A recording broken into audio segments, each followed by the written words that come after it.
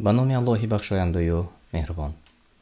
السلام علیکم و رحمت الله و برکاته. تماشابینان عزیز، مخلصان شبکه قرآن دستورالعمل انسان و آنهایی که این لحظه ها شب زنده داری میکنید.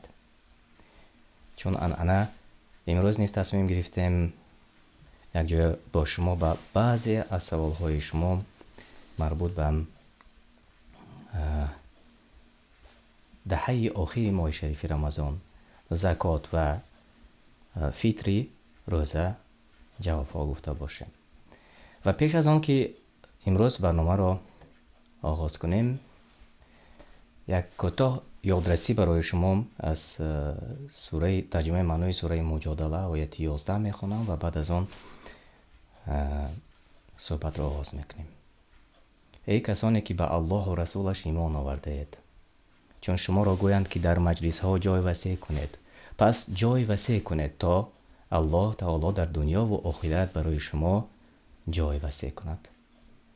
و چون گویند که برخیزید، الله آنهایی را که ایمان آورده اند و کسانی را که اهل علم می باشند به درجه های بلند ثواب و مرتبه های رضوان بردارد. و الله تعالی به کارهایی که میکنید آگاه است.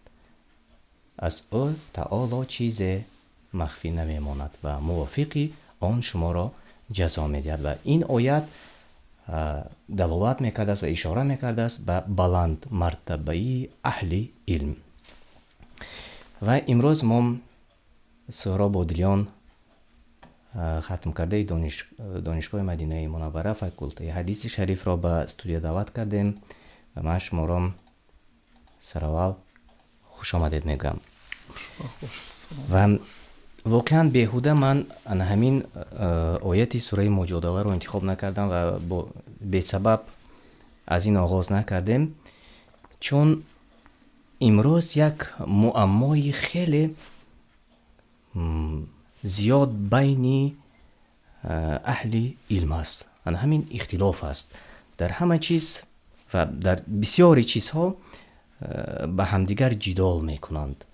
و حال آن که ما و شما در دولت‌های مثلا اروپایی میبینیم که بعضی مردمی که عرب زبان هستند و یا اینکه از دیگر زبان دارند، آنها آن اختلاف ها را ندارند، همه متحد شدند و کوشش ها میکنند که تا همدیگر را با همدیگر یک مثل برادر باشند. و معما و پرابلم آنها دیگر است، یعنی دعوت کردن دیگر انسان ها به دین حق. اما این نیست که مثلا از یک نفر اهل علم برآید چند نفر اهل علم آنها هم خواندند و میگویند که نه فلان مثلا ذاکر نایک را گوش نکن یا دیگرش را گوش نکن که عقیدت ویران می شود. حال آن که وظیفه های دیگر در پیش است، وظیفه های دیگر آنها دارند، اما اون وظیفه را اجرا نمی کنند و به خب تنقیدی یک نفری دیگر می برند. شما پیش از آن که ما برنامه را آغاز کنیم یک پند شما برای این گونه دوستان ما، برادران ما. بسم الله الرحمن الرحیم.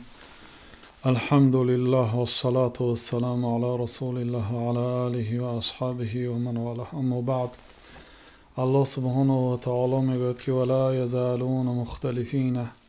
مردم همیشه گوناگون فکر هستند. اصلا مردم که خود گوناگون هستند، ملت های آنها گوناگون، سویه دانش و فهمیش آنها که گوناگون هست، آنها همیشه گوناگون بودند و گوناگون میمانند. و گوناگون فکری این در بین مسلمان های اول در صحابه ها کرام بود. ولی این گوناگون فکری و گوناگون اندیشی که آنها داشتند به بدبینی برده نمی رسانید. همدیگر را معذور می دانستند، بین همدیگر کشاکشی، جدال، بحث و مناظره می کردند. ولی آن محبت و آن دین و برادری که بین آنها بود همان گونه که بود همین گونه می ماند، برای آنکه آنها حق را می جستند. بله. حتی یک نقل می کنند از امام ابو حنیفه رحمت الله علیه که فرزند خود حماد را از مناقشه و جدال منع کردن، گفتن که مناقشه نکن. بعد فرزند امام گفت که شما مناقشه میکنید، مقصد برای چی؟ از یک کاری که خود میکنید من رو منع میکنید. بعد گفتن که من مناقشه میکنم تا اینکه حق ظاهر شود. وقتی که دو شخص علمدار با آداب و با اخلاق همدیگر را گوش کرده، آداب و بحث مناظره را رعایه کرده، اگر بحث کنند به شنونده ها، به حاضرین و به خود سخنگوینده ها حق ظاهر میشد. برای آنکه بعضی جانب هایی که به یک بنده مخفی میماند الله تعالی به یک دیگر کس میکشاید. چه خیلی که الله سبحانه و تعالی درباره داوود و سلیمان گفت که ففهمناها سلیمان و کلا آتینا حکما و علما. ما به سلیمان فهم دادیم، لیکن به هر دوی ایشان علم و علم قاضیگی، هر دوی آنها حاکم بودن، قاضی بودن، ولی که حفظ داشتن، علم داشتن، ولی به سلیمان اضافتا فهم دادیم. یعنی عالم ها از همدیگر فرق میکنه. یک انسان فهمش چقورتر است، یک انسان حافظ است، قرآن را حفظ کرده است، سخنهای پیامبر صلی الله علیه و سلم را حفظ کرده است، علم بسیار میداند. علم چیست؟ علم معرفت شیء علی ما هو علیه فی الواقعی، یک چیز را دانستن طبق آنه که در واقع هست. واقعا اگر همین میکروفون چی است؟ گوییم یک کس به سوال ما جواب داد که این میکروفون است، گفت این علم است. اگر نمیدانم گفت این جهل است. اگر گفت که این قلم است، گفت این جهل مرکب است، این مصیبت است. اگر نمیدانم گفت خیر است، نصف علم است.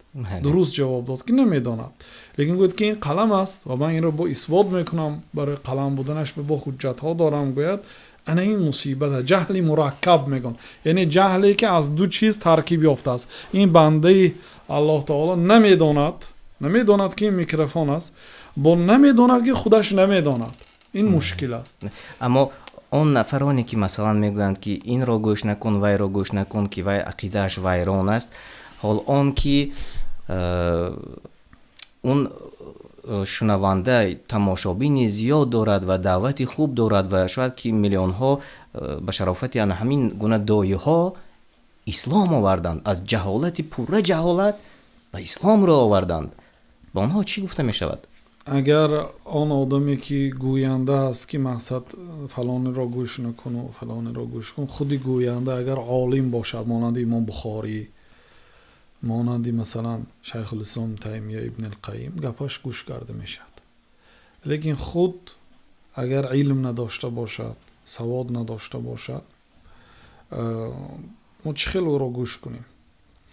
بله، بعضی علما از گذشتگان من میکردن از نشست به مجلس اهل بدعت، شخصی که مردم را به بدعتش دعوت میکند، چیزی که الله نگفته است، چیزی که رسول الله صلی الله علیه و سلم نگفتند، از روی هوای و هوس یا از آن که مذهبی باطلی که دارد به مردم رو به همین مذهب اگر دعوت میکرده باشد، بله اهل علم باید آگاه کنند مردم رو که فلانی عقیده خلاف عقیده اهل سنت و الجماعت دارد، مقصد مردم عامه احتیاط باشد. یا اینکه خودی مثلا بزرگان و علما به همین گونه شخص ها به علاقه می برآمدند و با خود او گپ می زدند که هستند بعضی انسان هایی که 100% نمیشد گفت عقیده آنها را باطل گفته، ولیکن در بین صحبت هاشون گاه ها به خطای ها راه می دهند که طبیعت انسانی است.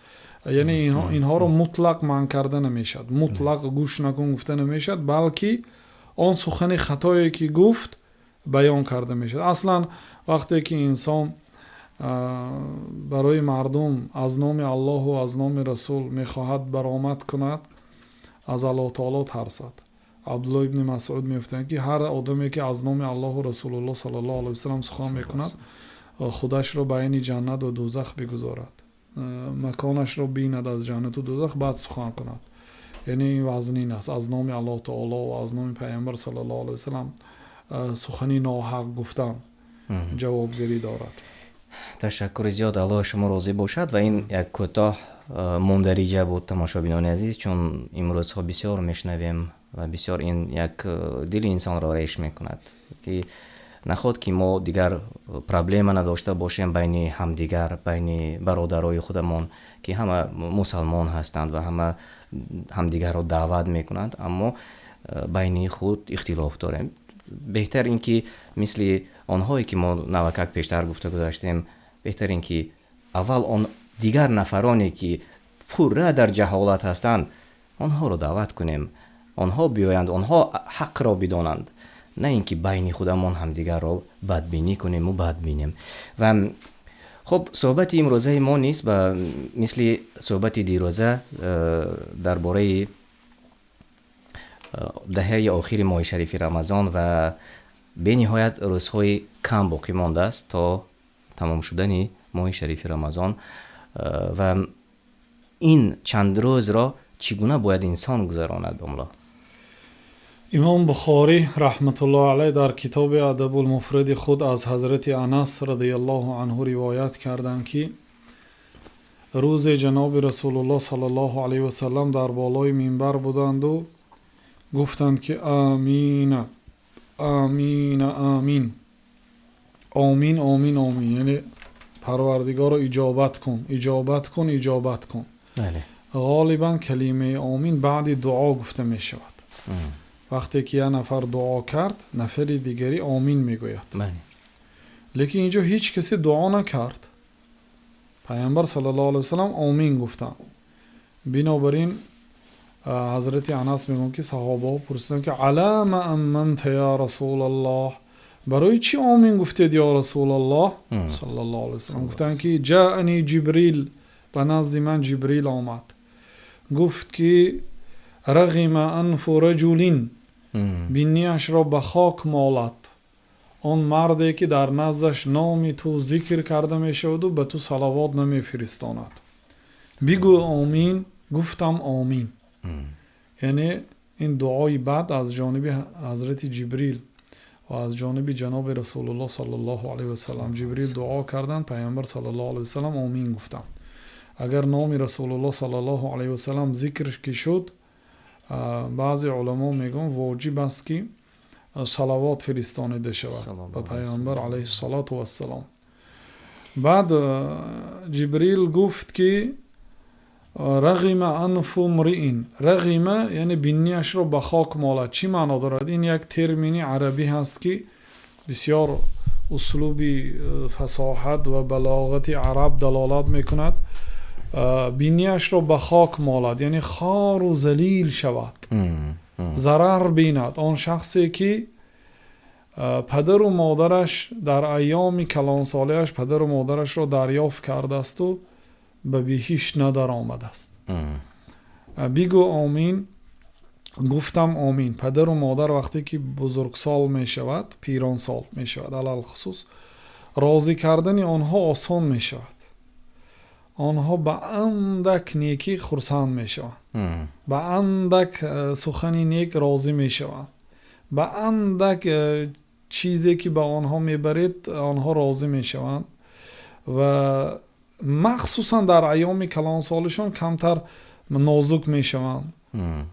مقصد فکرانی هاشون به فکرانی های فرزندها درست نمیگرد. زمانی که آنها زندگی کردن فرق میکنه از این زمانی که فرزنداشون به کمال رسیده است.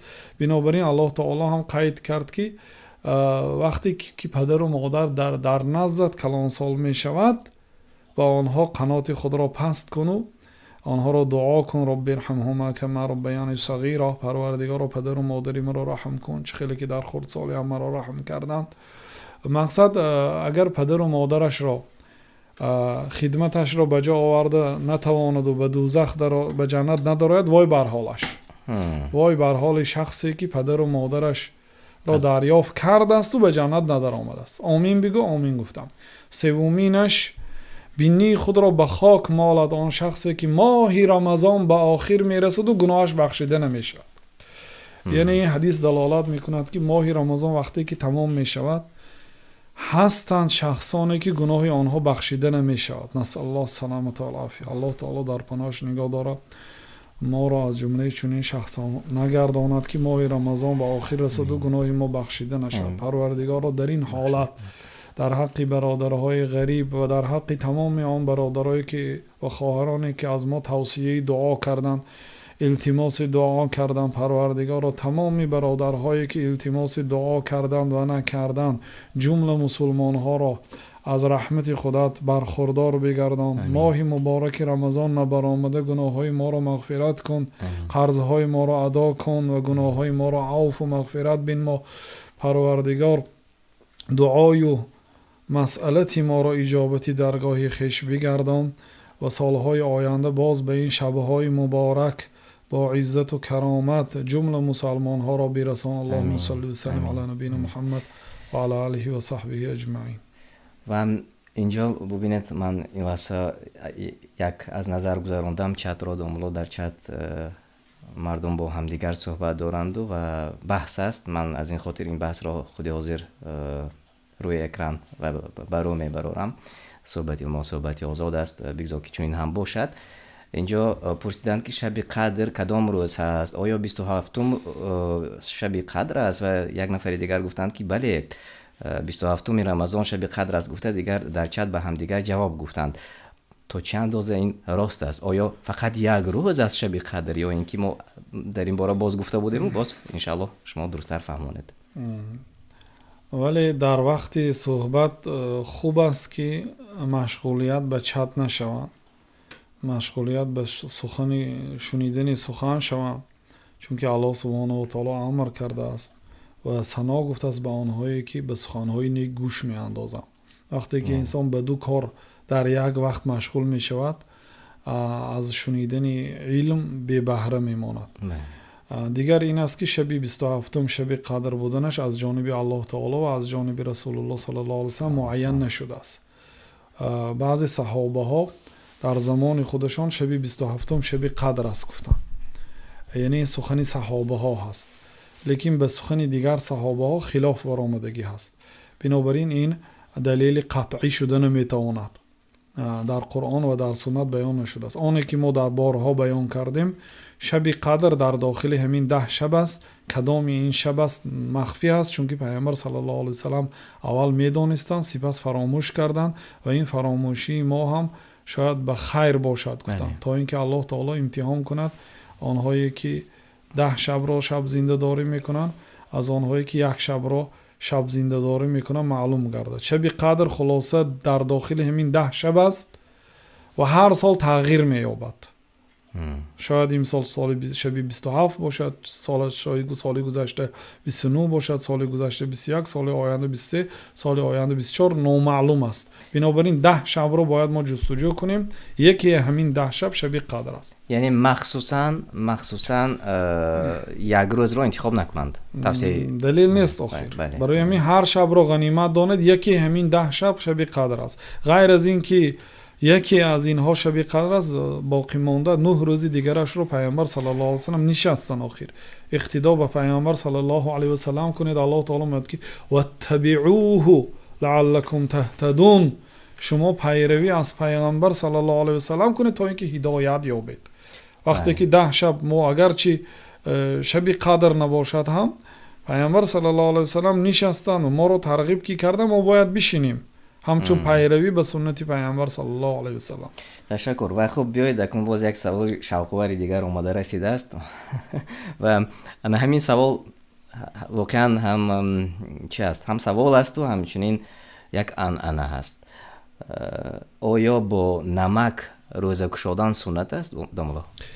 نه، با نمک روزه گشادن این سنت نیست، بلکه این عادت هندی ها هست، خیلی که بعضی علما در کتاب های خود قید کردن و بعضی ها هندوها که در مذهب حنفی هستند، مسلمان های آنها همین گونه بعضی ها نسبتا به مذهب حنفی دادن، حالا که این در کتاب های شیعه یافت می شود.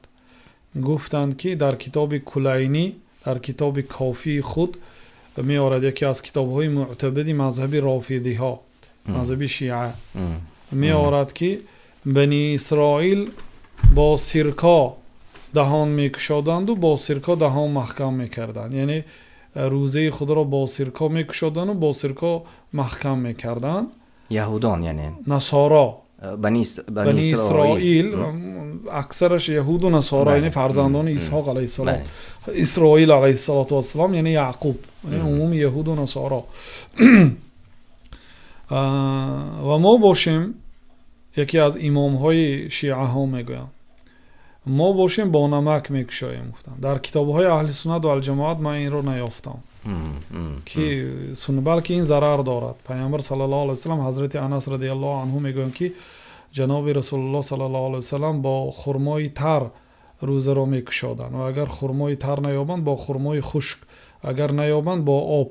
ابن القیم رحمت الله علیه میگویند که وقتی که مدتی دراز معده از طعام خالی بود، بهترین طعام برای کشادن دهان این خرما هست. یگان میوه به خرما برابر نمیشد و 73% زی ترکیب خرما عبارت از قند است و از همه چیزی که جگر دوست می‌دارد این قند است گفتم. و در مدت کم الکی میده جگر آن را به خود میگیرد، انسان را سیر میکند، حتی به نماز تراویح یاری میدهد گفتم. یعنی خوردن خرما این از طبق سنت. و بعضی طبیبان خوردن نمک و چیزهای نمک کرده شده را به شخص روزه‌دار منع کردن، گفتن ضرر دارد. بنابراین با نمک شدن سنت نیست. در بعضی کتاب‌های زبان تاجیکی هم سنت گفته می‌آورند، این خلاف سنت است. خیلی خوب. و برید به سوال دیگر گذاریم. تماشاگران گرامی، اگر سوال‌هایی که مخصوصاً سوال‌هایی که به آن ما جواب نگفته باشیم و سوال‌های کوتاه در چت اگر نوشته کنید، من مدیریتور را خواهش می‌کنم تا به ما روان کنند در علاوه‌دگی، من آن را ان شاء الله می‌خونم. نه همه سوال‌ها، چون که بسیاری از سوال‌های شما مالکای طول چند روز جواب گفتیم و سوالی تکراری است و اما سوالی که بسیاری ها دارند. شخصی قرضدار زکات می‌دهد گفته پرسیدن و چگونه زکات دهد؟ شخصی قرضدار زکات طلا، نقره، پولی نقد و مالهایی که برای تجارت گذاشته است اینها رو حساب میکند. فرض کردیم 20,000 پول داشته است، قرضش رو میبینیم. قرضش اگر 10,000 باشد 10,000ش رو ترک میکند و از 10,000 باقی مانده زکات میبرارد. $10,000 از مردم قرضدار است. $20,000 پولی نقد و مال دارد برای فروش. 10,000ش رو ترک میکنیم، 10,000 باقی میماند. اما اگر تمامی پول و مالش 20,000 شود، اگه قرضش 30,000 باشد، در این حالت زکات نمیدهد. لیکن زکات آن چیزی که از زمین میبراید ناوابسته به قرضداریش زکاتش را میدهد. بنابراین در کتاب لباب هم گفتن که و قرضدار هم زکات زمین را میبرارد. الله تعالی میگه که و آتوا حقه یوم حصاده، حقش را روزی که جمع میکنید حاصل را بدهید. اون نواسه یک آدم مثلا 100,000 قرض دارد، از زمین 10 تانه گندم گرفت مثلا، میدهد 1 تانش را یا که 500 کیلوگرمش را اگر زمینش زمینی با پول و با صرف و خراجات یاری میکرده باشد، همان روزی که دروید میداد ناوابسته به قرض بیرونیش. این زکات زمین است، همین که از زمین برآمد زکاتش را دادن لازم. این چون زکات شتر، زکات گوسفند، زکات گاو ناوابسته به قرض بیرونیش داده میشود. فهم. امروز اکنون درباره زمین شاید که کمتر باشد، آنهایی که زمینداری کلان باشند و شاید هست اما کمتر شاید باشد، اما یعنی که قرضدار فهما شد. سوال جواب شما ان شاء الله به آنهایی که قرضدار هستند. و بیایید به یک سوال دیگر گذاریم. اینجا یک نفر پرسیدند که 4 نفر فرزندی خود دارد و باز 6 نفر دیگر یتیم را به خود فرزند خوانده است، اما امروز کار نمی کند. آیا به وی زکات دادن جایز است و همچنین باز فطر روزه دادن جایز است؟ کده میپرسند. خب شخصی که یتیم ها را بر زیر تربیه خود میگیرد با مقصدی نایل شدن به اجر باشد، بسیار اجر عظیم است. پیامبر صلی الله علیه و سلم گفتند که انا و کفیل الیتیم کهاتین، من و کفیل یتیم مانند این 2 انگشت هستیم روز قیامت. گفتم. بنابراین راوی حدیث گفتن که حق علی کل من یسمع هذا الحدیث ان یعمل به، سزاوار است که هر کسی که همین حدیث رو میشنود به این حدیث عمل کند. گفتم یعنی کفیل یتیم بودن، یک یتیم را گرفته در بین فرزنداتون کلام کردن، اگر ظلم نکنید و حق یتیم را پایمال نکنید بسیار اجر عظیم است. خب این برادری که 10 یعنی 6 یتیم دارند و 4 فرزند خودشان دارند و زن و فرزند دارند، یعنی همه را حساب میکنند. تعامی که به شب عید و روز عید، یعنی یک شبانه روز برای همین 12 نفر کفایه کننده جدا میکنن. اگر اضافگی کی کرد زکات صدقه فطر را میبرن، یعنی از اضافگی اش زکات صدقه فطر را میبرن. اگر به همه رسد 1 ساعی یعنی 12 ساعی اضافگی با داشته باشند 12 ساعت زکات میدهند صدقه فطر. اگر نداشته باشند نمیدهند و برای اینها گرفتن صدقه فطر جایز است. زکات صدقه فطر اگر همین خیل کار ندارند، درآمد ندارند، 6 تا یتیم دارند، محتاج باشند، برای اینها صدقه فطر داده می شود.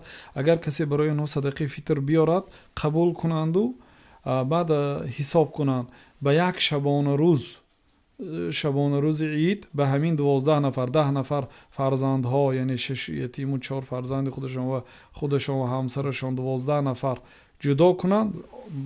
از باقی مانده اش به هر یک نفر 1 ساعی یعنی 3 کیلوگرمی به مقدار خواه مایز، خواه گندم، خواه جو، خواه آرد، خواه گوشت، هر چیزی که حساب کنند و به یک کمبغل دیگر دهند و میتوانند زکات فطر رو هم قبول کنند. بیاید آسانتر فهمونیم. داملا نگاه کنید، امروز مثلا همون زکات فطر صدقه فطر رو معین کردن تقریبا 7 سامان، بیاید 10 سامان گوییم، مثال به مثال 1 سا گندم رو حساب کردن چون این گفتند.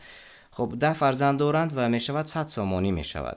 اگر که همین انسان 200 سامانی در خانهش پول داشته باشد به مقدار 200 سامانی، یعنی به این نفر دادن صدقه فطر واجب درست می شود یا نه؟ اون حساب میکنیم به 12 نفر انسان در یک شبانه روز برای اول خورد و خوراکشون رو باید جدا کنن. 100 سامان برای خورد و خوراک گفتیم اگر میرسیده باشد و باز 100 سامانی دیگر علاوگی پول دارند، به علاوگیش زکات فطر میبرند. اگر به همه نرسد خودی مرد از نام خودش میبرد، با اضافه کند از نام همسرش، بعد همین گونه. یعنی که اکثریت شاید که حتی کار هم نکنند ذخیره 100 سامان 200 سامان در خانه دارند، یعنی به آنها درست میشده است که زکات فطر رو بدهند. و خب اینجا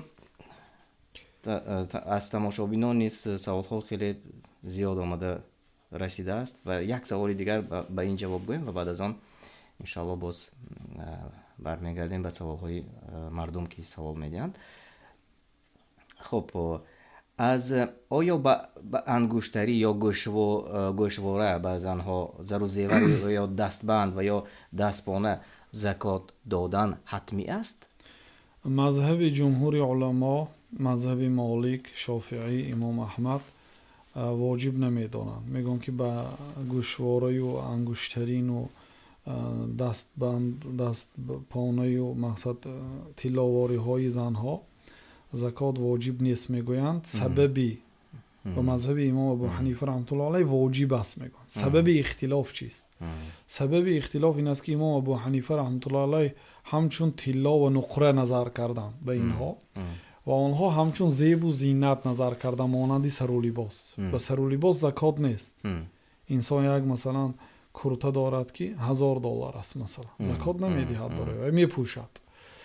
و این انگشترین و این زیر و طلاها را هم همچون زینت استفاده میبرد.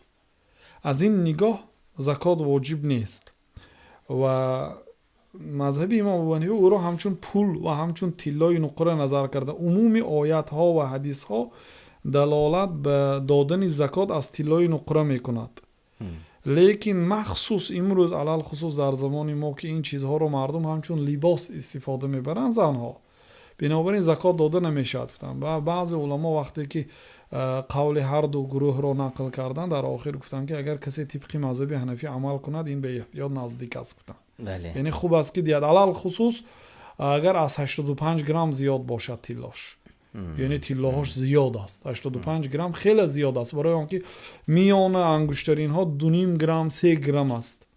وقتی که 85 گرم دارد الکی بسیار است. و امام کاسانی یکی از علمای مذهبی حنفی در کتاب خود میگن که دیهد برای آنکه این زنک حاجتی از حاجتی اصلی خود اضافگی پول و مال داشت است که اینقدر زیب و زینت خرید است. دیهد گفتن یعنی 85 گرم کرایی نمیشد، یعنی 2.5 فایز آن را میدهد اگر از 85 گرم زیاد باشد علل خصوص. و شب قدر میگویم و همگان انتظار میشوند همین شب را و طول 1 سال انتظار میشوند که در شب قدر عبادت کنیم. اما خودش همین برای چی شب قدر میگویند؟ چی است شب قدر؟ برای چی قدر مینامند؟ از کلمه قدر و قیمت، منزلت، مرتبه گرفته شده. برای اینکه این شب شبی که صاحب قدر و قیمت است و این در این شب الله تعالی که صاحب قدر و قیمت ترین ذات است با واسطه فرشته صاحب قدر، فرشته که قدر و منزلتش در نزد الله تعالی بلند است، در حدیث ها در آیات ها الله تعالی به جبریل منزلتی خاص داده است. قدر جبریل در نزد الله تعالی بلند است. وقتی که الله تعالی آدم را دوست می‌دارد فنادى جبریل ندا میکنه، میگه که جبریل من فلانی را دوست می‌دارم تو هم دوست دار. جبریل دوست می‌دارد و به اهل آسمان، یعنی به دیگر فرشته میگه که ای اهل آسمان الله تعالی فلانی را دوست می‌داره شما هم دوست داره. در همه جا جبریل یک مرتبه قدری خاص در نزد الله تعالی دارد. مخصوص کتابی ذو قدر، یعنی قرآن به قدرترین کتاب الله تعالی است، مبارکترین کتاب الله تعالی است. تورات و زبور و انجیل هم کتابای الله تعالی است، ولی قرآن خلاصه آنها هست و با قدرترین کتاب الله تعالی است. کتاب انزلناه الیک مبارک، این کتاب رو ما به تو نازل کردیم، کتاب مبارک است، پربرکات است. در همین شب قدر در ماهی که سید ماه ها هست، ببینید به سید کتاب ها، در سید ماه، در سید شب ها، به واسطه سید جبرائیل و الله خودش سید است، به سید ولد آدم حضرت محمد علیه السلام قرآن را نازل کرد و سید بنده ها هم آن آدمی که خیرکم من تعلم القرآن و علمه، بهترین شما آنه که قرآن تعلیم میدهد و قرآن تعلیم میگیره. هر کسی که علاقمندی با قرآن دارد انسانی به قدر میشه. حضرت حافظ میگوید که هر چی دیدیم همه از دولت قرآن دیدیم. واقعا قرآن مبارک است و کسی که قرائت قرآن میکند و این شبها را قدردانی میکند این هم انسانی به قدر میشود. شبهای قدر را کسی که غنیمت میداند 10 شب جستجوی شب قدر میکند، یک شب آن قدر از قدر را که دریافت کرد در نزد الله تعالی و در نزد بندگان هم انسانی با قدر میشود. خیلی خوب. این قدر که مرتبه زیاد بوده است این شب را، اینجا باز یک برادر نیز سوالی به همین مانند دادند، سراج الدین گفتند که در شبها، در این شبهای قدر چگونه نیت کنیم نماز خوانیم؟ گفته پرسیدند چی نیت کرده نماز خوانیم؟ گفتند نماز شب پیامبر صلی الله علیه و سلم گفتند که من قام لیلة القدر ایمانا و احتسابا غفر له ما تقدم من ذنبه. کسی که نماز خواند، نماز اضافگی، یعنی یگان حاجتی نیت کردن بگذارم، این گپا نیست، این حاجت ندارد. این پیامبر صلی الله علیه و سلم در حیاتشون یگان مراتبه نیت نکردن با زبان. نیت محلش قلب است. بنابراین در مذهب حنفی هم اگر نغز اهمیت دهید با زبان گفتن هم خوب هست میگن، لیکن حتمی و ضروری نیست. با دل که شد گذشت. اگرچه مقصد در این مسئله خلافی سخن پیامبر صلی الله علیه و سلم برآمده، فقط در عبادت قربانی و در عبادت حج و عمره با زبان تلفظ کردن آمده است، در دیگر جا تلفظ نمی کنید. یعنی وقتی که شما از جا برخیستید یا طهارت کردید با مقصد شبهای قدر را شب زنده داری کردن با نماز، همون بعد کفایه است. یک نیتی مخصوص ندارد. نیتی مخصوص همین که شب قدر رو شما باید شب زنده داری کنید با نماز علل خصوص، گناهایتون بخشیده میشه. و خوب اینجا باز یک سوالی دیگر دوملا اومده رسیده است. پرسیدند که در شب قدر اگر خوابش برد تا 1-2 ساعت خواب کند مگر قبول نمی شود؟ گفته پرسیدند شب قدر مثلا من الان در جای ما و شما شب قدر 5 ساعت است. یعنی شبها الان 5 ساعت است، از شام، از اذان شام تا اذان بامداد شب است. همین شبی قدر، یعنی که شب همین قدر است. اگر تقسیم کنید 82 سال، 83 سال و 3 ماه را به 5 ساعت، اطراف 16 سالی میشد. یعنی چند ساعتی که خارف همون قدر از دست داد. یعنی الله تعالی گفت که شب قدر بهتر از 1000 ماه عبادت. کسی که نصف شب خواب کرد، یعنی که عبادتی که در نصف باقی ماندهش اگر عبادت کند، یعنی که نصف 83 را عبادت کرده اگر نصف باشد، به قدری خوابش محروم شده است. بنابراین خواب نکنید برادرای عزیز. روز اینقدر روزی دراز است، غنیمت دانید این روزها 3 روز دیگر است میگذرد میرود. خب همین یک سوال خیلی بسیار تشویش آورده است و مردم بسیار همین سوال را میدهند. درباره روز جمعه، هرچند که ما درباره روز جمعه بسیار از اهل علم، از علما گفتارشان را مانده بودیم، میگویند که بسیار باعث جنگ و خرافات شده است در روز جمعه مبارک گفتن. آیا جایز است؟ یگان دلیل هست برای گفتن جمعه مبارک؟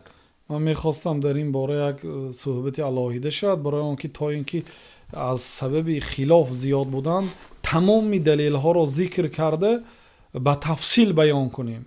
لیکن خیلی اینجا مجبور سوال دادید، من مجبور در مدتی کم جواب میگم. شاید آینده بعد ماه مبارک رمضان به تفصیل جواب گوییم. روز جمعه مبارک است گفتن نادرست است، برای آنکه پیامبر صلی الله علیه و سلم نگفتن، الله تعالی فرمان نداد و این عملی طبق سنت نیست. ما باید از نگاه شریعت از پیش خود یک کاری خیر را نکنیم. الاصل فی العبادات المنع، قاعده اصولی است، اصلا در عبادت ها منع است. یگان عبادت را تا شریعت کن نگوید نمی کنید. شریعت تا فرمان ندهد از پیش خودتان جمعه مبارک دعا هست کو، گپی خوب هست کو نمیگویید. لو کان خیرا لسبقونا الیه. این اگر کاری خیر میشد پیامبر صلی الله علیه و سلم، صحابه های تابعین و تبع تابعین ما رو پیش میگذاشتن، میگفتن آنها. بنابراین نگویید، بحث رو در همین مسئله بحث کنید. این چیزی که الله و رسول نگفتند آیا این گپی نقص کو، یگان باکی ندارد که این خیلی نه، این شریعت با عقل نیست برادرها.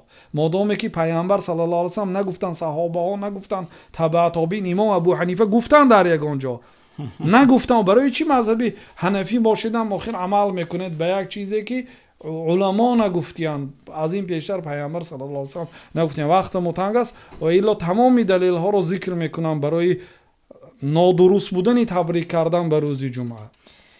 خب تشکر زیاد و انتظار باشد انشالله باز یک برنامه علایده میکنند دوملو و این مسئله را پرتر، واضحتر، روشنتر میکنند، چون ما بارها در شبکه هایمان قولی علما را ماندیم و آنها نیز این گونه جواب گفتند، چخلی که نوکک دوملو جواب گفتند و باز هم مردم در عقیده خودشان هستند. و خب اینجا باز سوال های زیاد از جانب تماشابینان ما اومده رسیده است. درباره یکی از جانب ابوبکر رضی الله عنه است. بعد عید 6 روز روزه گرفتن شرط است؟ چی ثواب دارد؟ شرط نیست البته، ولی سنت است. پیامبر صلی الله علیه و سلم چه خیلی که در صحیح مسلم آمده است که کسی که رمضان را روزه گیرد ثم اتبعه 6 من شوال، سپس 6 روز از شوال پیرو کناند، یعنی 30 روز رمضان یا 29 روز رمضان 6 روز دیگه اضافه کند، مانند روزه سال می شود. 30 روز جمعی 6 روز، 36 روز. یک روزتون با 10 روز برابر است، 360 روز می شود. خیلی خوب. یعنی یک سالی پورا گویا که شما روزه داشتید. یعنی 6 روز شوال رو الله تعالی اجری رمضان رو میدهد. 10 برابری رمضان است.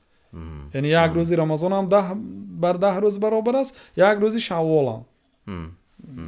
یعنی مرتبه ماه شوال که فرض نیست. مانند رمضان روزی قیامت پرسیده نمیشوید، به سبب رمضان انسان گناهکار میشه کسی روزی رمضان رو، اما شوال نداره گناهکار نمیشد، ولی از خیر عظیم خود رو محروم میکنه. 6 روزه دیگه دارید، روزه گویا که 1 سالی پر روزه داشتید در نزد الله تعالی. اکنون در همین جا باز روشنی میانداختید، چون انسان ها از زمانی که عقلشان را شناختند همگان روزه نداشتند. اکثریت رو من در نظر دارم. آنها چند وقتی که روزه نداشتند، شاید من نمیدونم شما در برنامه‌های گذشته گفته بودید که قضاگی بعضی چیز دارد در روزه داشتن.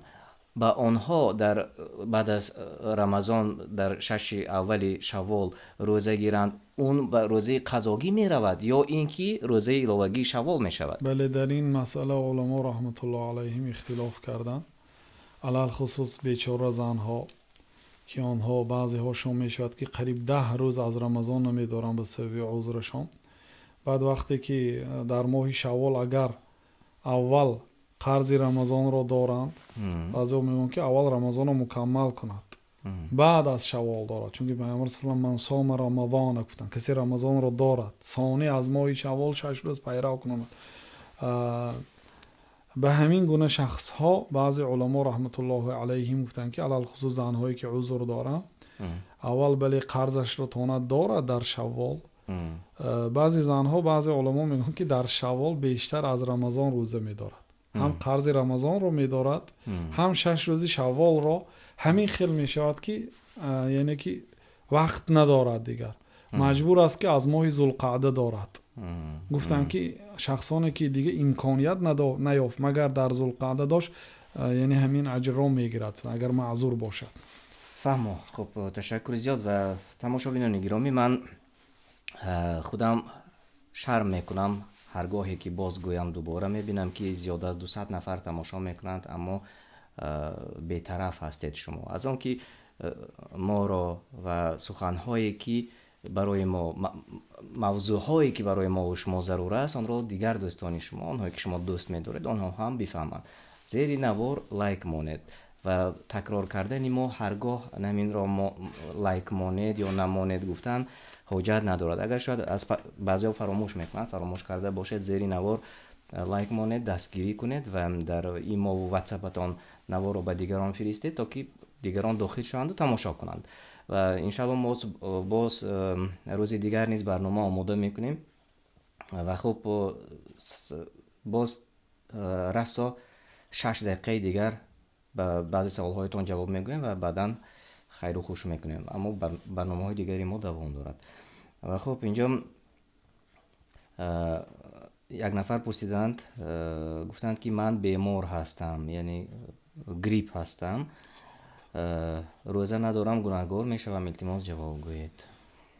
شخصیت هایی که بیماری های سبک دارند و برداشت روزه داری رو میتوانند، مستحب است که روزه رو دارند، برای اینکه آن لذت و آن اجر و ثوابی که در رمضان میگیرید در قضایی اینقدر نمیگیرید. لیکن وقتی که واقعا بیماری شما به شما خلل میرسونده باشد، دارویی و مثلا سوزن دارو داشته باشید، در این حالت شما معذور هستید. الله تعالی فمن کان منکم مریضا او علی سفر فعدة من ایام اخر، کسی بیمار باشه یا در سفر باشه از روزهای دیگر قضایی داشته دهد رمضان. خب اینجا یک سوالی با عادی نیست آمده رسیده است، اما این سوال بسیاری ها را تشویش میدهد، شاید چون بعضی ها در ماه شریف رمضان و باز به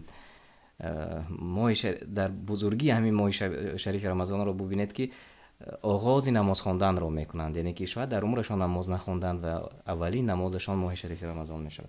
و خب اینجا یک سوال آمده است که نماز قدر را چند رکعتی میخوانند و چی تسبیح میگویند؟ پرسیدند. نماز شب حد و حدود ندارد. پیامبر صلی الله علیه و سلم گفتند که صلات اللیل مثنی مثنی، نماز شب 2 رکعت 2 رکعت. وقتی که شما از دمیدن صبح اگر ترسد یا رکعت خواند، تمام نمازهایش رو ویتر میکند. این دلالت میکند که نماز شب حد و حدود ندارد، یعنی فلان رکعت خوان از این زیاد نخوان گفته نمیشود. لیکن خوب است که 11 رکعت خواند، طبق سنت پیامبر صلی الله علیه و سلم. جناب رسول الله صلی الله علیه و سلم 4 رکعت نماز میخواندند، از زیبایی و درازی آن نپرس. سپس 4 رکعتی دیگر میخواندند، از زیبایی و درازی آن نپرس. همین 8 رکعتی پیامبر صلی الله علیه و سلم قریب نصف شب را در بر میگرفت، برای اینکه قدمشان ورم میکرد. қадам ҳамон вақт барам мекунад ки дар як ҷо тӯлонӣ истед. Чунки Абдулло ибн Масъуд мегӯяд ки дар якум ракат Бақара хондан, дар дуюм ракат Нисо хондан, дар сеюм ракат Оли Имрон хондан. Ҷои Нисо Оли Имронро иваз карда хондан. далолат мекунад ки тартибро вайрон кардан иҷозат аст, агарчи мустаҳаб ин аст ки ба тартиб хонед. яъне ин се сураи бузург қариб 5 пора мешавад.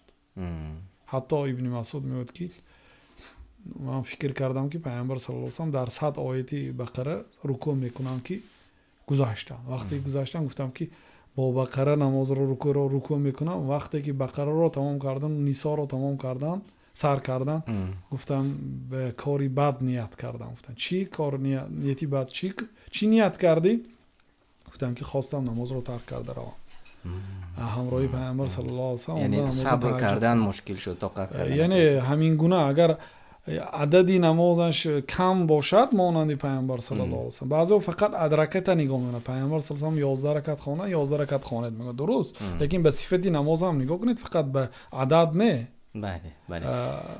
яъне агар ягон инсон 20 ракат хонад ё 50 ё 100 ракат хонад, инам иҷозат аст, ягон ман нест. хеле хуб. ва ан ҳамин ракатро баъзеҳо мегӯянд ки пайҳам 4 ракат хонем, ё ин ки пайҳам намедонам ку 6 ракаташро намедонам, аммо баъзе савол мекунанд. то 8 раката гуфтаги ҳастанд уламо, вале беҳтаринаш 2 ракат. чӣ хеле ки пайғамбар саллаллоҳу алайҳи ва саллам намози шаб 2 ракат гуфтанд. ин хуб аст, ҳам боиси иштибоҳ намешавад. баъзе инсон 4 ракат хон, 3 ракат хон ғалат мекунад. барои ҳамин 2 ракати хуб аст. 2 ракатро мехонанду атаҳиётро пура мекунанд, салом мегӯянд, дуо ҳамаша мекунанд, салом медиҳанд, баъд хиста боз дигар намоз мехонанд. хеле хуб, ташаккури зиёд мегӯям тамошобинони азиз ки имрӯз ин лаҳзаҳо якҷоя бо мо будед ва мо тӯли чанд лаҳза бо шумо будем ва дар ин ҷо иншааллоҳ ҷамъбаст мекунем, чун саволҳо дар бораи шаби қадр ва сураи қадр низ омада расид. як суоламон бародар додиам ба дар бораи зиндониҳо садақа дода мешавад, яъне садақаи фитр. гуфтиам ки мақсад ба як инсон дар зиндон асту бародараш барои ӯ таом мебарад ба зиндон. оё барои бародари ҳамон зиндонӣ садақаи фитр диҳем мешавад ё не? бале мешавад. барои он ки мардуме ки дар зиндон ҳастанд, даромад надоранд, онҳо воқеан муҳтоҷ ҳастанд, фақир ҳастанд. воқеан фақир ҳамоҳо ҳаст. баъзе мегӯяд ки фақир аз куҷо меёяд? зиндон пури фуқаро ҳаст. дирӯз низ дар бораи зиндонӣ буд ва шумо суҳбат карда будед. диҳед ба мардуми зиндонӣ, диҳед ба ҳамсарони онҳо диҳед. ташаккури зиёд ва домло ташаккур мегӯям барои ташрифи шумо ва иншааллоҳ боз пагоҳ мо тасмим мегирем ва ба баъзе аз саволҳои шумо ва саволҳое ки имрӯз шояд ҷавоб нагуфтем, баъзе онро низ иншааллоҳ пагоҳ ҷавобашро дар эфири мустақим барои шумо мерасонем. моро пайгирӣ кунед ва барномаи мо мустақиман ҳаст ва яъне шумо ҳар ҷое ки тамошо мекунед мустақим моро тамошо мекунед ва иншааллоҳ боз то рӯзи дигар бо шумо хайру хуш мекунем. ассалому алайкум ва раҳматуллоҳи ва баракатуҳ.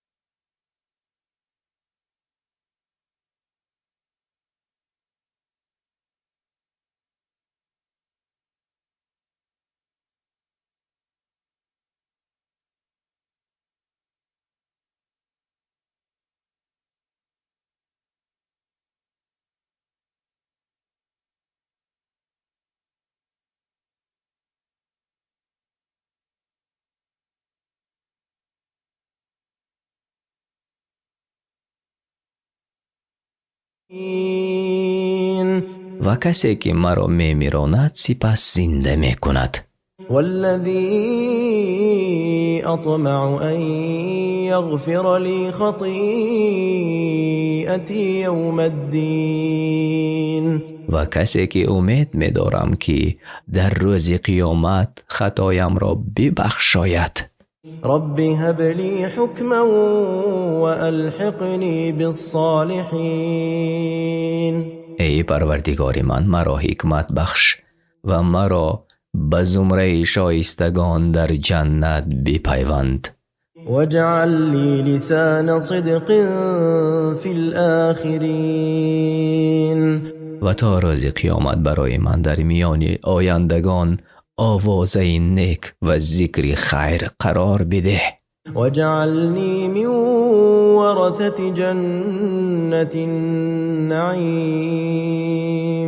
و مرا از وارثان بهشتی پر نعمت قرار ده. واغفر لأبي إنه كان من الضالين. و پدرم را بیامرز که همانا او از گمراهان است. این دعای ابراهیم برای پدرش بود وقتی معلوم گشت که تا دم مرگش به کفر و شرکش دوامت می کند. پس از او بیزاری جست. ولا تخزنی یوم یبعثون. و در روز قیامت که مردم از قبرهایشان برای حساب و جزا برمیخیزند، مرا رسوا مساز. یوم لا ینفع مال ولا بنون. روزی که نه مال فایده میدهد و نه فرزندان، الا من اتى الله بقلب سلیم. مگر آن کس که با قلب سالم، یعنی خالی از شرک، کفر و نفاق، به نزد الله بیاید. و ازلفت الجنة للمتقین. و بهشت ها را برای پرهیزگاران نزدیک آرند. و برزت الجحیم للغاوین. و جهنم را در نظر کافران آشکار کنند. و قیل لهم این ما کنتم تعبدون. با آنها سرزنش کرده گویند چیزهایی که غیر الله می پرستیدید کجایند؟ من دون الله هل ینصرونکم او ینتصرون. معبودهای غیر از الله یاریتان می کنند در برابر عذاب الله یا خود یاری می جویند. فکبکبوا فیها هم والغاوون.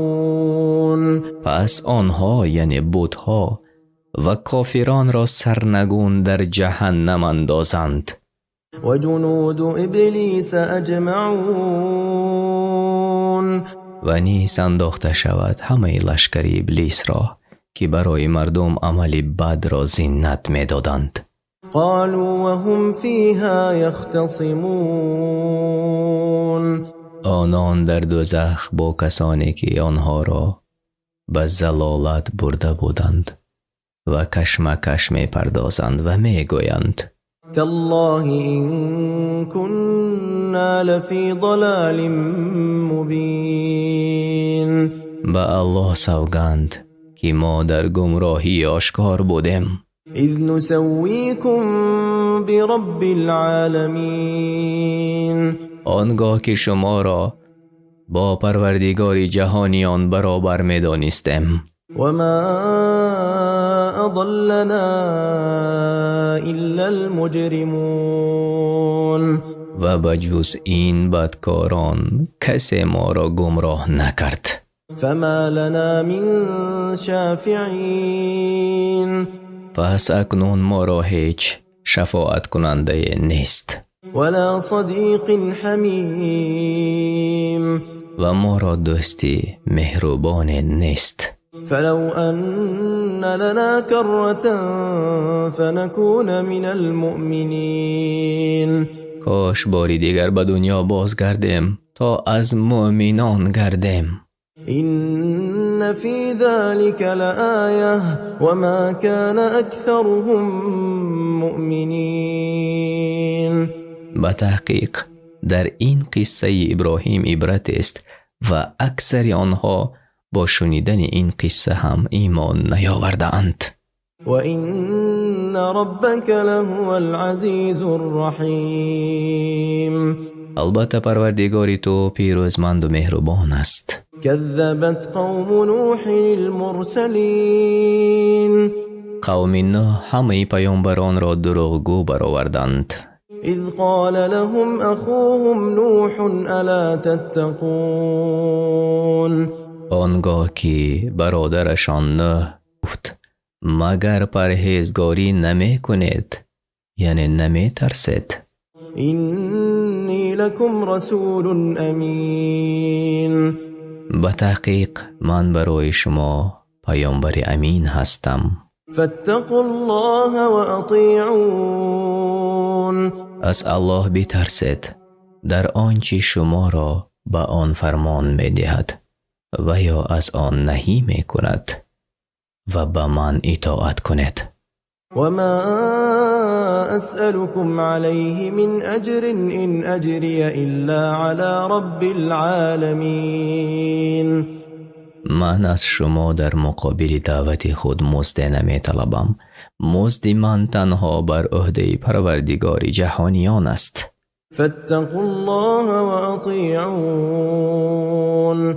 پس از الله بترسید و مرا با بجا آوردن فرموده هایش و با پرهیز کردن از من کرده شده هایش اطاعت کنید.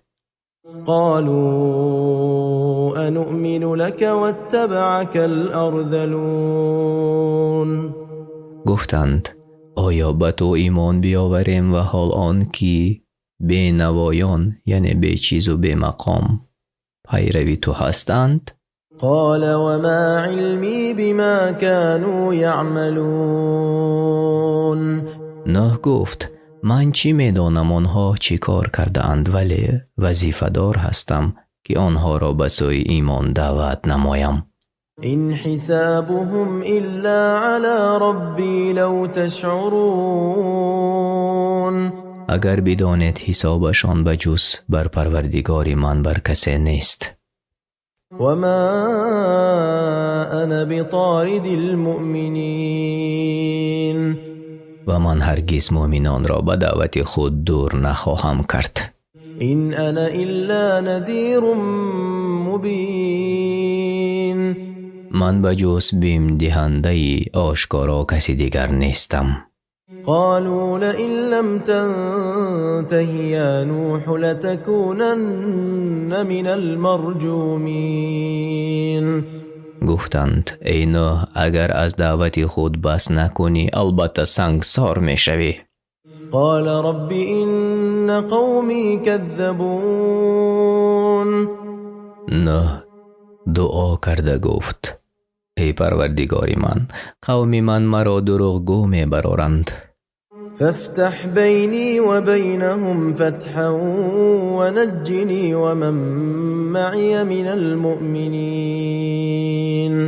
پس میانی من و میانی آنها قطعی حکم کن و مرا و آنان را از مؤمنان که همراه منند نجات ده. فأنجيناه ومن معه في الفلك المشحون.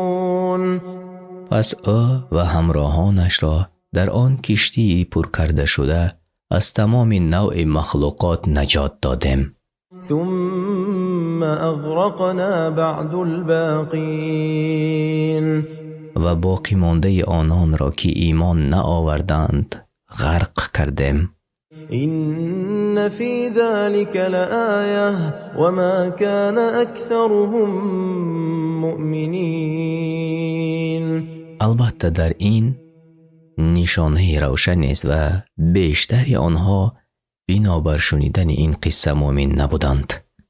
وإن ربك لهو العزيز الرحيم. البته پروردگار تو پیروزمند است از انتقام گرفتن کافران و مهربان است با بندگان مؤمنانش. كذبت عاد المرسلين قوم عاد نیز پیامبران را دروغگو برآوردند. إذ قال لهم أخوهم هود ألا تتقون آنگاه که برادرشان هود گفت آیا از الله نمی ترسید و عبادت غیر او را ترک نمی کنید؟ إني لكم رسول أمين هر آینه من برای شما پیامبر امین هستم و شما این را می دانید. فاتقوا الله وأطيعون از الله بترسید و آنچه را که از نزد الله آورده‌ام اطاعت کنید. وما أسألكم عليه من أجر إن أجري إلا على رب العالمين من از شما برای تبلیغ رسالت خویش مزد طلب نمی کنم. مزد من تنها بر عهده پروردگار جهانیان است. أتبنون بكل ريع آية تعبثون آیا بر سر هر بلندی به بیهودگی نشانه از روی هوای و هوس می سازد؟ وتتخذون مصانع لعلكم تخلدون و قصرهای محکم و استوار بنا می کنید گویا که در دنیا جاویدان می ماند. وإذا بطشتم جبارين و چون انتقام گیرد به مانند ظالمان بیرحمانه انتقام می گیرد. فاتقوا الله وأطيعون پس از الله بترسید و به آنچه که من شما را دعوت می نمایم اطاعت کنید. واتقوا الذي أمدكم بما تعلمون و بترسید از آن الله که آنچه را که می دانید به شما عطا کرده است. أمدكم بأنعام وبنين و به شما چارپایان و فرزندان ارزانی داشته است. وجنات وعيون و نیز باغ‌ها و چشمساران ارزانی داشته است. إني أخاف عليكم عذاب يوم عظيم هود علیه السلام گفت من از عذاب روزی بزرگ بر شما می ترسم که به سبب ایمان نآوردنتان بر شما عذاب فرود آید. قالوا سواء علينا أوعظت أم لم تكن من الواعظين گفتند برای ما یکسان است که ما را پند دهی یا پند ندهی، هرگز ایمان نمی آریم. إن هذا إلا خلق الأولين گفتند اینها جز همان دروغگو نیرنگ پیشینیان چیزی دیگری نیست. وما نحن بمعذبين و ما هرگز عذاب نخواهیم شد. فكذبوه فأهلكناهم إن في ذلك لآية وما كان أكثرهم مؤمنين پس او را دروغگو برآوردند و بر کفرشان دوامت کردند. پس ما آنان را هلاک کردیم. البته در این عبرت است و بیشترینشان ایمان نیاوردند. وإن ربك لهو العزيز الرحيم هر آینه پروردگاری تو پیروزمند است، به نابود ساختن کافران و مهربان است به مؤمنان. كذبت ثمود المرسلين قوم ثمود پیامبران را دروغگو برآوردند. إذ قال لهم أخوهم صالح ألا تتقون آنگاه که برادرشان صالح گفت آیا از عذاب الله نمی ترسید و تنها او را پرستش نمی کنید؟ إني لكم رسول أمين. هر آینه من در تبلیغی رسالت الله برای شما پیامبر امین هستم. فاتقوا الله وأطيعون. از عقاب الله بترسید و آنچه را که من به شما آوردم اطاعت کنید. وما أسألكم عليه من أجر إن أجري إلا على رب العالمين. من از شما برای تبلیغ رسالت مزد نمی طلبم. مزد من تنها بر عهده پروردگار جهانیان است. أتتركون فيما هاهنا آمنين. آیا می پندارید که شما در این نعمتهای اینجا امین گذاشته خواهید شد؟ في جنات وعيون. در این باغ‌ها و چشمسارها وزروع ونخل طلعها هضيم. و در این کشتزارها و خرمازارها با آن شکوفه های نرم و لطیف. وتنحتون من الجبال بيوتا فارهين. و سرمستی شما به حد رسیده است که ماهرانه در کوه‌ها خانه‌های می‌تراشید. فاتقوا الله وأطيعون. پس از عذاب الله بترسید و به نصیحت من اطاعت کنید. ولا تطيعوا أمر المسرفين. و فرمان این اسرافکاران را مپذیرید. الذين يفسدون في الأرض ولا يصلحون. آنهایی را که در زمین به جای اصلاح فساد می کنند. قالوا إنما أنت من المسحرين. سمودیان به پیامبرشان صالح گفتند جز این نیست که تو را جادو کرده اند. ما أنت إلا بشر مثلنا فأت بآية إن كنت من الصادقين. تو نیز انسان مانند ما هستی، اگر راست میگویی نشانه بیاور. قال هذه ناقة لها شرب ولكم شرب يوم معلوم. صالح گفت این ماده شتوره است که یک نوبت آب خوردن برای وی است و نوبت روز معین برای شما. ولا تمسوها بسوء فيأخذكم عذاب يوم عظيم. با آن کمترین آزار نرسانید که عذاب روز بزرگ به سرتان می آید. فعقروها فأصبحوا نادمين.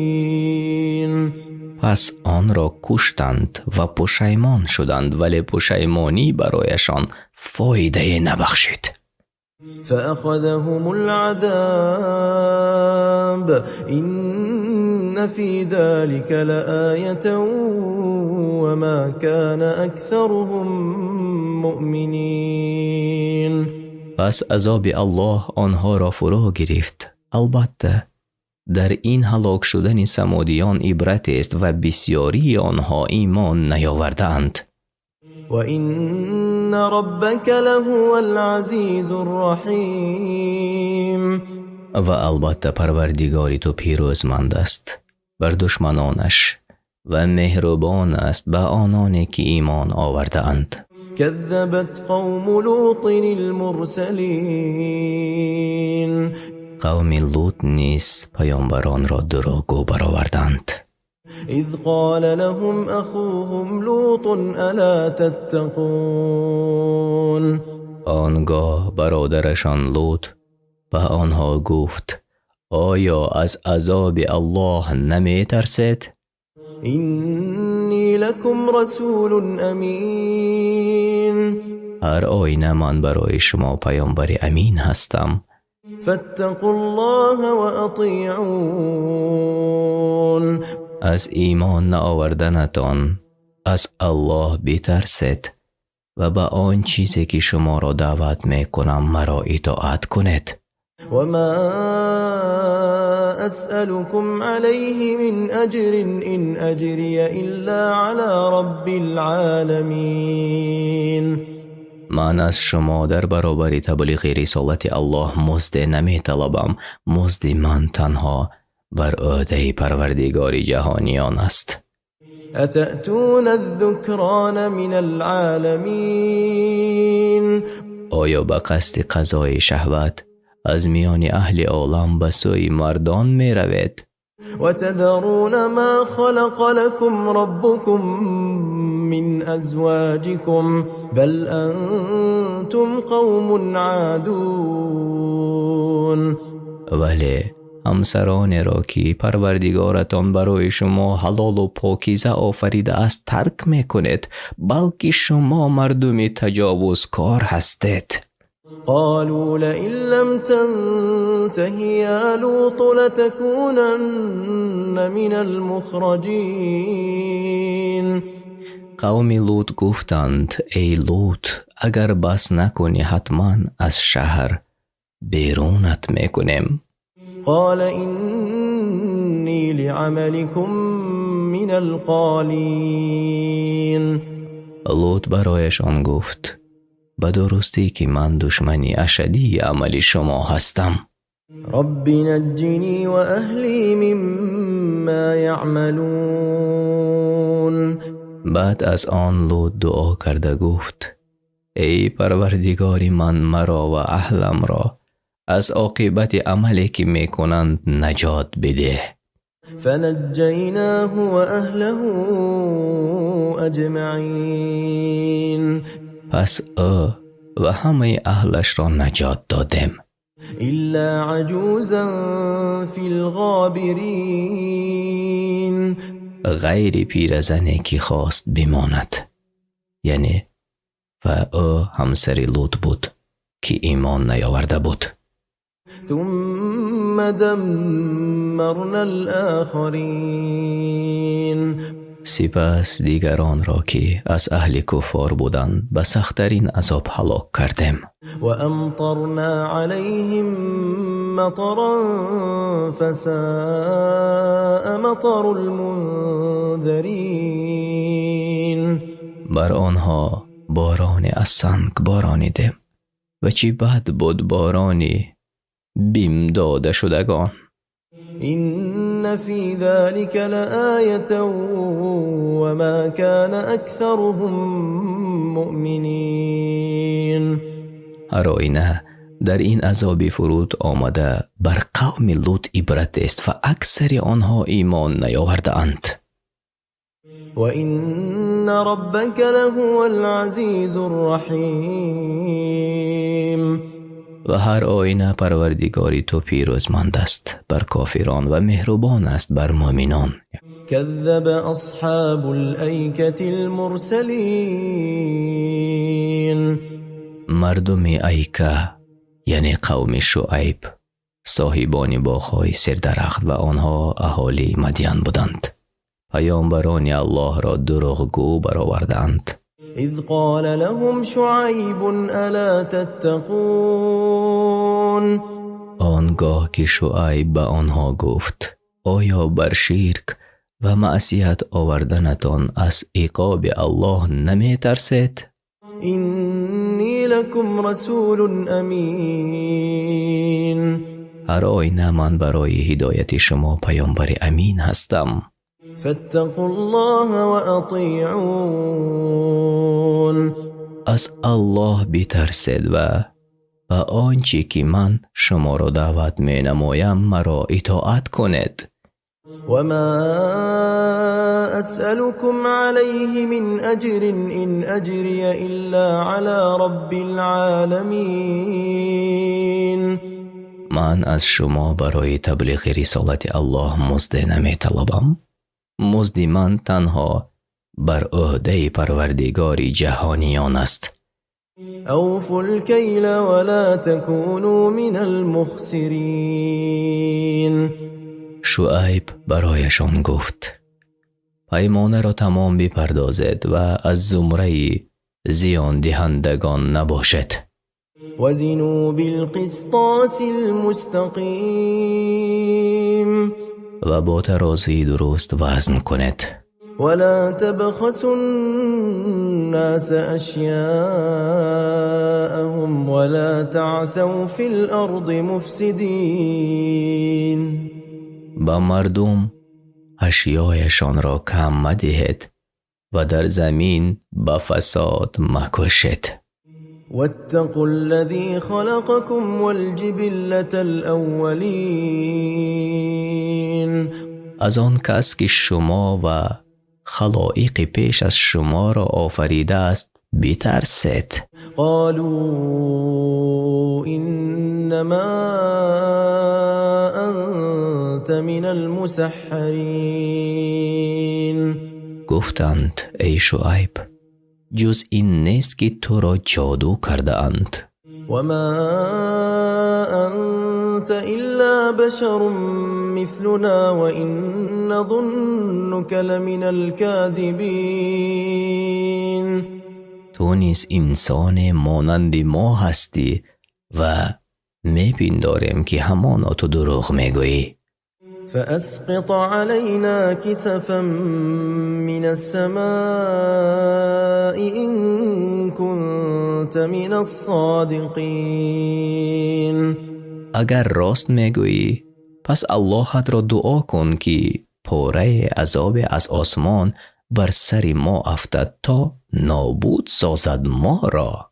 قال ربي أعلم بما تعملون.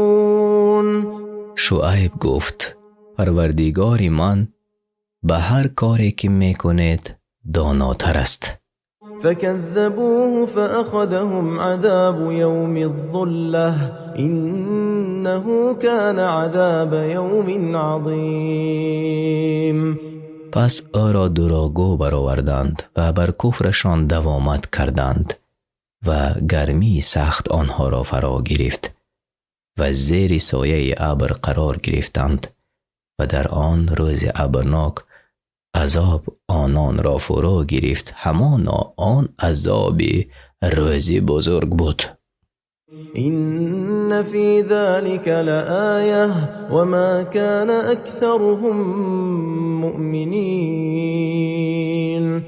البته در این عذابی که بر آنها فرود آمد عبرت است و اکثر آنها ایمان نیاورده‌اند. وإن ربك لهو العزيز الرحيم. البته پروردگار تو پیروزمند است بر دشمنانش و مهربان است به بندگان یکتا پرستش. وإنه لتنزيل رب العالمين. و هر آینه این کتاب نازل شده از جانب پروردگار جهانیان است. نزل به الروح الأمين. آن را روح الامین نازل کرده است، یعنی جبرائیل علیه السلام است. فرشته گرامی قدر و بزرگ است که وحی الله را به پیامبران میرساند. على قلبك لتكون من المنذرين. بر دل تو ای محمد تا از بیم دهندگان باشی و به وسیله آن مردم را هدایت نمایی. بلسان عربي مبين. به زبان عربی روشن که بهترین زبان هاست. وإنه لفي زبر الأولين. و هر آینه ذکر قرآن در کتاب های پیامبران پیشینیان نیز هست. أولم يكن لهم آية أن يعلمه علماء بني إسرائيل. آیا این نشانه بر آنها بسنده نیست که تو ای محمد پیامبری بر حقی، حال آن که علمای بنی اسرائیل از آن آگاهند؟ ولو نزلناه على بعض الأعجمين و اگر آن قرآن را بر یکی از اعجمیان یعنی غیر عرب ها نازل کرده بودیم، فقرأه عليهم ما كانوا به مؤمنين و برایشان آن را می خواند و آن ایمان نمی آوردند. كذلك سلكناه في قلوب المجرمين و انسان این کار کردن قرآن را در دلهای گناهگاران راه دادیم. لا يؤمنون به حتى يروا العذاب الأليم به خاطر ظلمشان به آن ایمان نمی آورند تا عذاب دردناک را با چشم خود بینگرند. فيأتيهم بغتة وهم لا يشعرون و در دنیا آن عذاب ناگهان و بیخبر بر آنان فرود می آید. فيقولوا هل نحن منظرون پس عذاب را مشاهده کرده می گویند آیا به ما مهلت داده خواهد شد؟ یعنی تا از شرک آوردن به الله توبه کنیم. افبعذابنا یستعجلون آیا آنها را مهلت دادن من مغرور کرده است که برای فرود آمدن عذاب ما می شتابند؟ افرأیت این متعناهم سنین مگر نمیدانی که سالها بهره‌مندشان سازیم. ثم جاءهم ما كانوا يوعدون سپس عذابی که به آنها وعده داده می شود بر سر آنها بیاید. ما اغنى عنهم ما كانوا يمتعون وقتی که از شریک آوردنشان توبه نکردند، آن بهره‌مندی هایشان در حیات دنیا فایده برای آنها نخواهد داشت. وما اهلكنا من قرية الا لها منذرون و ما اهل هیچ شهر را هلاک نکرده ایم مگر که برایشان بیم دهندگان بودند. ذكرى وما كنا ظالمين تا پندشان دهند و مردم را از کاری بد نگه دارند و ما ستمکار نبودیم که آنها را پیش از بیم دادن نابود سازیم. وما تنزلت به الشياطين و این قرآن را شیطانها بر محمد صلی الله علیه و سلم نازل نکردند چنان که کافران گمان میبرند. وما ينبغي لهم وما يستطيعون آنان نه لایق این کارند و نه توانایی آن را دارند. انهم عن السمع لمعزولون هر آینه شیطانها را از شنیدن وحی دور داشته اند. فلا تدع مع الله إلها آخر فتكون من المعذبين پس به الله یکتا معبود دیگری را مخوان تا مبادا در شماری عذاب شوندگان درآیی. وأنذر عشيرتك الأقربين ای پیامبر، خویشاوندانی نزدیکت را بیترسان تا به سبب کفرشان عذاب بر آنها فرود نآید. واخفض جناحك لمن اتبعك من المؤمنين در برابر هر یک از مؤمنان که از تو پیروی می کنند خاکسار باش. فإن عصوك فقل إني بريء مما تعملون و اگر بر تو نافرمانی کردند بگو هر آینه من از کارهای شرکی شما بیزارم. وتوكل على العزيز الرحيم و بر الله پیروزمند و مهربان توکل کن. الذي يراك حين تقوم همانا کسی که تو را به هنگامی که برای عبادت در تاریکی شب برمیخیزی میبیند. وتقلبك في الساجدين و نشستن و برخاستن تو را در میان سجده کنندگان میبیند. إنه هو السميع العليم البته او شنوا است و تلاوت تو و دانا است به نیت و عمل تو. هل أنبئكم على من تنزل الشياطين آیا شما را آگاه کنم که شیطانها به نزدیکی ها می آیند؟ تنزل على كل أفاك أثيم بر هر دروغگوی گناهگار می آیند.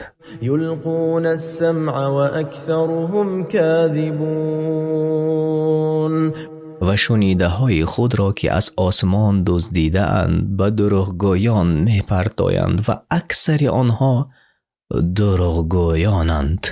والشعراء يتبعهم الغاوون و شاعران کسانی هستند که گمراهان از پی آنها می روند.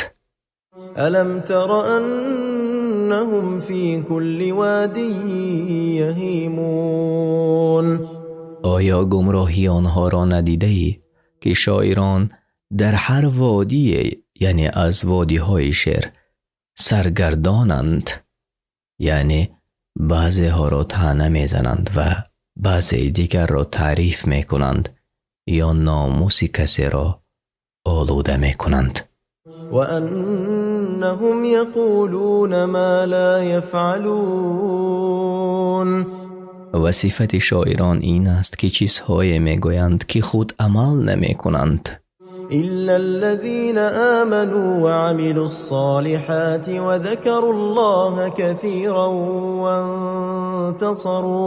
وانتصروا من بعد ما ظلموا وسيعلم الذين ظلموا أي منقلب